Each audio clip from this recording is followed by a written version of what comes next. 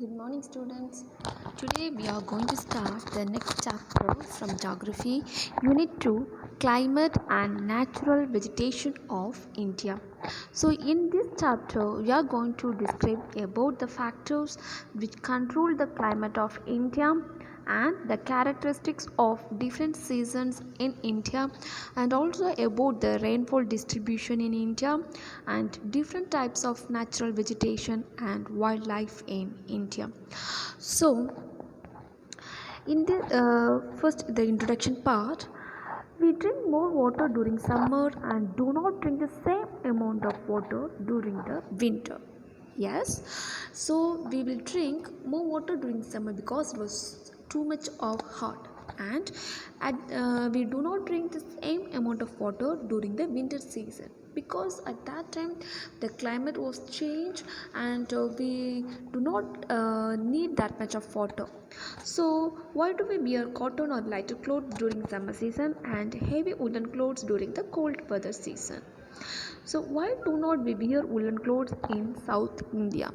This is because of the prevalence of varying weather conditions between the north side and the south side.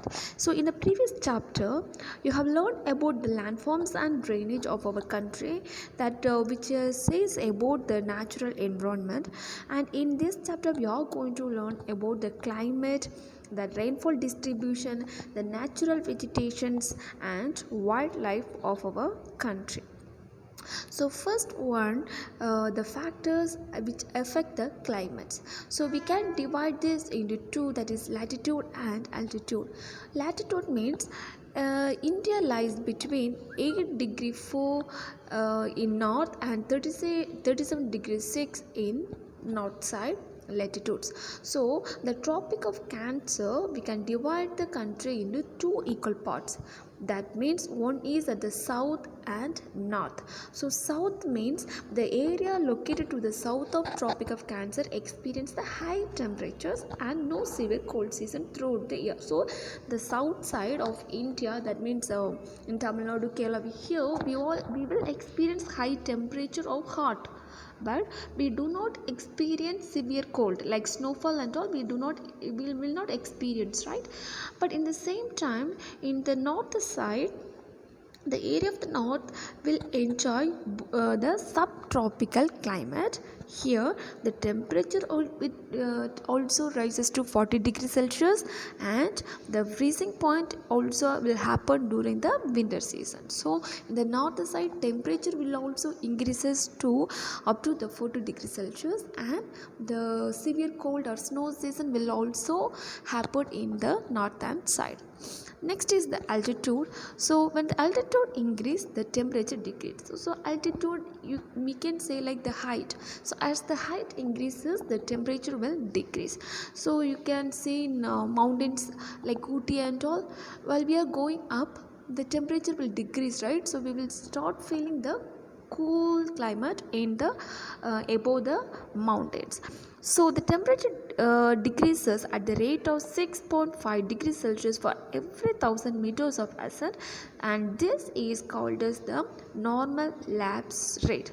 So the temperature will decrease for every 1000 meters, and this we can call it as the normal lapse rate. Next is the distance from the sea. So distance from the sea does not cause only temperature and pressure variation, but also it will affect the rainfall. So that means a large area of India, especially the peninsular region, is has not very far from the sea, and this entire area has a clear maritime influence on climate. So for examples we can say, so the annual temperature at Kochi does not exceed 30 degree, and its location is on the coast, while it is at the high as 40 degrees Celsius at Delhi, since it is located in the interior part. So what happened means the air near the coast has more moisturizer and great potential to produce the precipitation, right? So due to this fact, the amount of rainfall at Kolkata, located near the coast, is 119 centimeter, and it decreases to just 24 centimeter at Bikaner, which is located in the interior part. So the The place which are near to the sea will have the moist air to which will form the precipitation. So the places which are near to the sea will experience more rainfall than the place interior which are interior. So this is the about the distance from the sea. Then the monsoon wind. So the most dominant factor which affect the climate of India is the monsoon winds. These are seasonal reversal winds, and India remains in the influence of these winds for a considerable part of the year. So we can call this monsoon winds as the seasonal winds, and India was facing these seasonal winds. Yes, we have these seasonal winds throughout the year.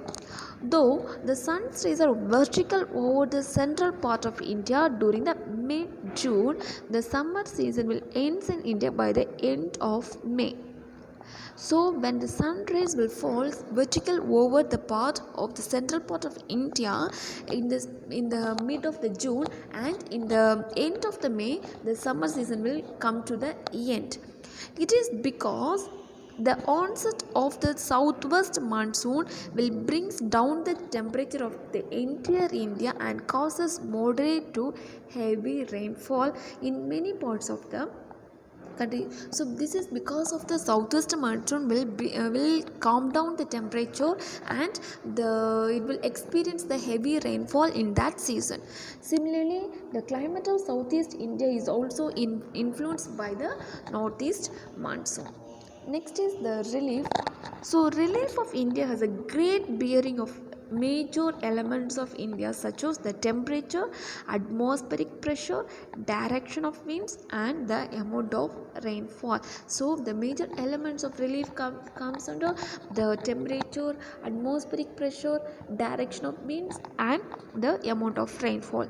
So the Himalayas, it will act as the barrier to the freezing cold wind blows from Central Asia and keep the Indian subcontinent as warm. So the Himalaya was playing an important role for the barrier to the Indian continents. That means it will stop the winds, which was the cold winds which was coming from the Central Asia, that is which blows from the Central Asia, and the Himalaya will stop that winds which will not allow to enter such cold winds to India, so that it will keeps the India somewhat warm.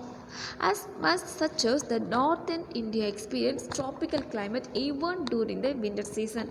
During southwest monsoon season, areas on the western slope of the Western Ghats receive heavy rainfall. So that means each state or each places will experience different climate at the same seasons.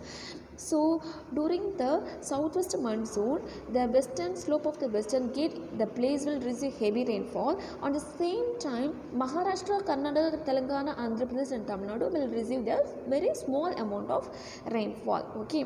So during this season, Mangalore, located on the coast, gets rainfall about 280 centimeter.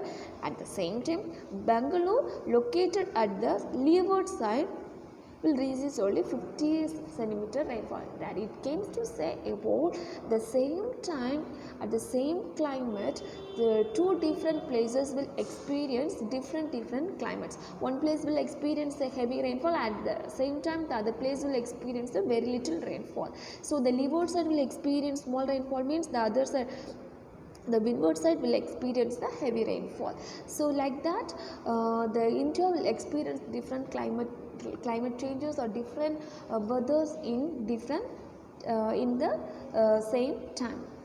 Then is jet streams. So what is mean with jet stream? Jet streams means it is the fast moving winds that is blowing in the north narrow zone in the upper atmosphere is called as the jet stream. So jet stream means it is a fast moving winds which was blowing in the north narrow zone to the upper atmosphere is called as the jet streams. So, according to the jet stream theory, the onset of the southwest monsoon is driven by the shift of the subtropical westerly jet from the plain of India towards the Tibetan plateau. So, the easterly jet stream caused tropical depression both during the southwest monsoon and retreating monsoon. So the easterly jet streams will cause a depression in the both southwest monsoon season and also in the retreating monsoon season. So that's all for today's class. Thank you guys.